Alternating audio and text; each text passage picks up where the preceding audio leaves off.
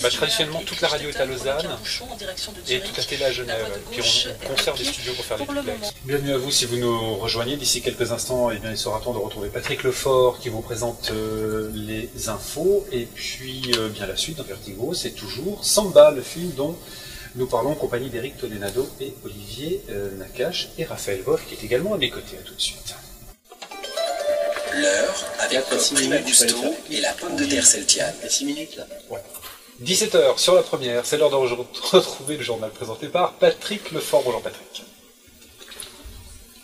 Bombes de la coalition contre les djihadistes ont plu pour la première fois sur l'est et le nord de la Syrie. Les États-Unis, soutenus par les monarchies du Golfe, ont frappé des cibles de l'État islamique, mais aussi d'Al-Qaïda. C'est les Suisses allemands qui dirigent.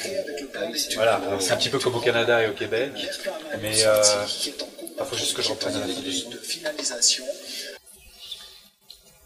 Merci Patrick Lefort, on se retrouve à 17h30 pour le rappel des titres. À tout à l'heure. Avec les 20 heures de musique de roman samedi 27 septembre et la Banque Raiffeisen. Sur la première, c'est Vertigo.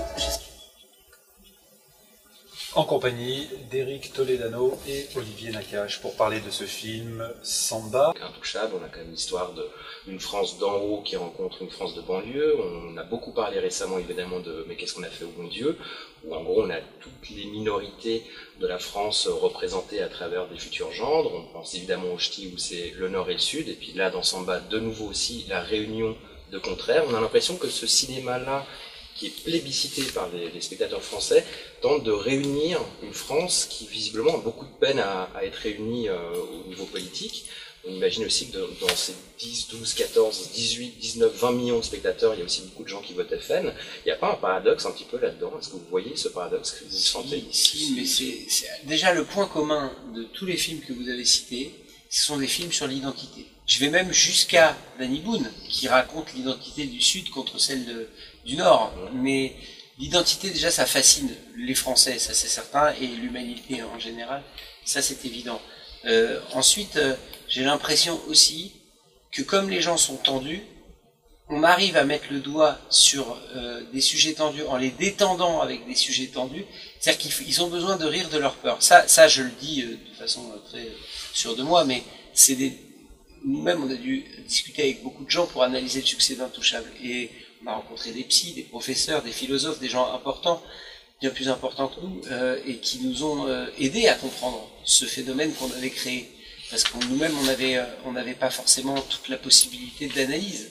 Et c'est vrai que rire de nos peurs, c'est important dans des moments de crise comme ça, des moments de rétractation. Rire de la peur du jeune de banlieue, mais rire de la peur du handicap. Parce qu'au fond, le handicap il nous rappelle à nous-mêmes la fragilité du corps. En une seconde, je peux être comme la personne qui est en face de moi, donc j'ai peur. Et en fait, détendre les gens avec leur peur, ce qui est marrant d'ailleurs, c'est qu'un des plus gros succès qu'il y a eu dans le monde pour Intouchable, c'est en Allemagne. Et toutes les analyses qu'on a fait traduire dans les revues de presse allemandes disaient ça. Alors vous êtes proche par une certaine frontière de l'Allemagne, etc., mais c'est-à-dire qu'ils n'avaient absolument pas l'habitude de rire sur ces sujets-là. Et je crois que le bon Dieu, c'est la même chose. On rit de nos peurs, on rit de l'autre, de l'arabe, du juif, du chinois, du noir.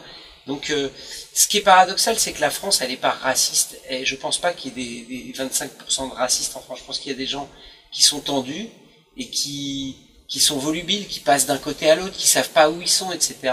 Et que, évidemment, que dans Intouchable, dans les 20 millions, il y a 25%, il y a des gens du Front National. Et puis, il y a plein d'autres paradoxes en France. Par exemple, dans ce pays-là, si vous regardez le classement du JDD, en première position, c'est Jean-Jacques Goldman, en deuxième, c'est Omar Sy, hein, et en troisième, c'est Gad Elmaleh, en quatrième, c'est Zidane, ou des choses.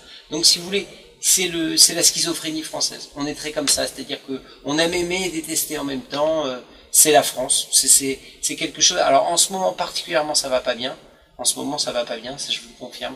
Il y a un malaise. Il y a de l'antisémitisme, il y a du racisme, il y a de la haine de l'autre, il y a une politique qui est un peu foireuse. Bon. On espère que ça va s'arranger, en tout cas. Voilà. Nous, on est des optimistes, on dit à un moment ou à un autre, ça va bien se passer. Bon. Je Je décris Robert Venturi dans Dernier Franchise. Bonjour Pierre-Philippe. J'en ai rêvé, et donc j'ai obtenu le prix avec le Festival Image, qui pour moi aurait pu me permettre d'aller prendre en photo. Il est là, Omar? Le budget ne le permet. Oui. Non, il n'est pas là, c'est son cousin. Jean-Baptiste. Sur des images qui avaient été prises par d'autres touristes. C'est une séquence très courte, on va arriver à la fin. Et grâce à ces images-là, on a reconstitué en 3 dimensions le Ah, t'as canal. fait le journal L'Agité. Je vois très bien ça. La version téléportée du canal. Attention, on y est. Donc voilà, à défaut de ne pas avoir pu prendre cette image en vrai, on l'a téléporté, on va pouvoir le photographier directement à nos yeux. Une séquence vidéo à retrouver sur notre page Facebook. Nous sommes RTS Vertigo en un seul mot. Il nous a rejoint dans le studio, c'est Omar Sy qui est à nos côtés. Bonjour. Bonjour. Comment allez-vous? Ça va très bien, je vous remercie. Et vous-même? Je vais très très bien. Alors ça c'est super. C'est super, on est tous contents. À vos côtés également, toujours là avec nous, Éric Toledano, Olivier Nakache et Raphaël Love qui est aussi à mes côtés. Première question pour vous, Omar Sy, avant de rentrer dans le vif du sujet du film. Est-ce que vous regrettez aujourd'hui de ne pas avoir monté cette entreprise de clémétisation au Sénégal? Qui vous dit que c'est pas fait déjà? que c'est que je l'ai pas fait? Pourquoi vous dites je regrette? Je l'ai fait. J'ai enquêté. Je l'ai fait. Non, mais est-ce que je regrette? Non, pas du tout, pas du tout, pas du tout. Non, je suis très heureux de ce qui se passe aujourd'hui, donc non, je regrette pas du tout. Mais je suis pas à l'abri de le faire quand même. On ne sait jamais. On ne sait jamais. Ceci pour introduire le sujet du film, Samba, dans lequel vous interprétez ce travailleur sans papier, installé en France depuis une dizaine d'années, qui travaille, comme beaucoup d'ailleurs de sans-papiers en France, dans les cuisines de restaurants, entre autres. En fait, ils font mille autres... autre chose, il y a plein d'autres boulots. Plein d'autres boulots, en effet, mais c'était dans l'idée que, qu'au fond, ça incarne un peu aussi l'homme que vous êtes, c'est-à-dire un type qui a toujours dit « moi je vais m'en sortir, je veux faire quelque chose de ma vie ». Oui, il y a la notion de vouloir en tout cas faire les choses comme on peut. Il se trouve que moi j'ai eu plus de chance que Samba et que j'ai des données de départ différentes. Mais l'idée là c'est de s'en sortir coûte que coûte et de faire ce qu'il faut pour ça. Mais c'est beaucoup plus dur pour lui. 12 années de collaboration avec ces deux-là qui sont à vos côtés. Oui. On a évoqué ensemble tout à l'heure... Des cheveux blancs. Oui. Cette idée que quelque part vous avez grandi ensemble.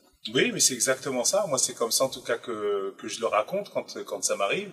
C'est qu'on a grandi ensemble et que chaque rencontre est une étape à passer ensemble. C'est comme si, c'est ça, c'est une étape à chaque fois à passer ensemble. C'est que chaque film est un palier dans moi, en tout cas, dans mon trajet d'acteur. Et je pense aussi, eux, en tant que cinéastes, c'est un palier en plus. C'est à chaque fois qu'on se retrouve, on a grandi, mais on grandit après chaque film. En plus, on est voisins de palier. En plus, on est voisins de palier, donc passer les paliers ensemble, ça va. Et puis en plus, quand on fait de la plongée, passer les paliers. Voisins de palier. Los Angeles, Paris, c'est un petit peu, ça va traverser la cour. Oui, c'est ça, c'est la cour d'en face. Tout de suite la pub. Non, il n'y a pas de pub. Non, il n'y a pas ici, c'est le service public. Mais il n'y a pas de pub. Ce qui nous laisse du temps pour parler, ça vous manque la radio, Omar Sy, on avait fait de la radio à Radio Nouvelle notamment. Oui, c'est vrai que c'est bien la radio. Parce un petit boulot pour vous, si vous voulez, cet été, si vous êtes libre entre... C'est vrai? Pour faire quoi? On discute entre nous après. Ah, mais grave, viens. Tu peux faire la météo. Non, pas la météo. La météo, on peut pas trop... Non. Circulation, c'est marrant. Circulation, je veux bien. Circulation, c'est drôle. Quelque chose pour vous. La circulation, ça me plaît, moi. Tu connais un peu Genève pour dire ça parce que... Non, mais t'apprends. Ça circule mal sur la Clément, par exemple. Non, oui, voilà. C'est jamais. Non, mais ça m'intéresse. Non, mais c'est vrai que c'est ça, la Lignon, c'est peut-être ça. Très, très solidaire après. C'est un film... Arrêtez de toucher ce micro, ça fait du bruit. Il y a plein de trucs devant. Il y a plein de trucs, on est obligé de les toucher. Je suis désolé. Enfants, il y a plein de trucs, il y a en plus des couleurs différentes. Ouais. Honnêtement, vous pouvez avouer qu'avant qu'il arrive, on était plutôt calme. Depuis qu'il est là, j'aime pas dénoncer les camarades, mais bon, voilà. Et oui, parce qu'il est 17h30, très Qu'est-ce qui se passe à 17h30? Il y a le rappel des titres. Ah, le rappel des titres. Rappelez les titres, vite. Merci à tous les trois. Merci à vous de nous recevoir et j'attends cette proposition de radio. De job d'été en Suisse. Ça va vous tomber dessus. Voici le rappel des titres avec Patrick Lefort. 120 djihadistes sont morts dans les frappes aériennes menées la nuit dernière en Syrie. frappe menée par les États-Unis et les monarchies du Golfe, le bilan est même de l'Observatoire syrien des droits de l'homme. Washington et ses alliés ont visé des cibles de l'État islamique, mais aussi d'Al-Qaïda. D'après les autorités américaines, ce groupe menaçait de commettre prochainement des attaques. On a un super sujet sur le cinéma évangélique, je vous dis ça. Ah, bien. Non, c'est vrai, c'est sérieux. Sur le cinéma évangélique. Scarcity aux States, en black, il y en a un qui s'appelle God is not dead, l'autre s'appelle Heaven is for real. Le conservateur espagnol retire son projet controversé de loi Donc on voit ce soir pression divisée à l'interne. Le Parti populaire de Mariano Rajoy abandonne une promesse de campagne.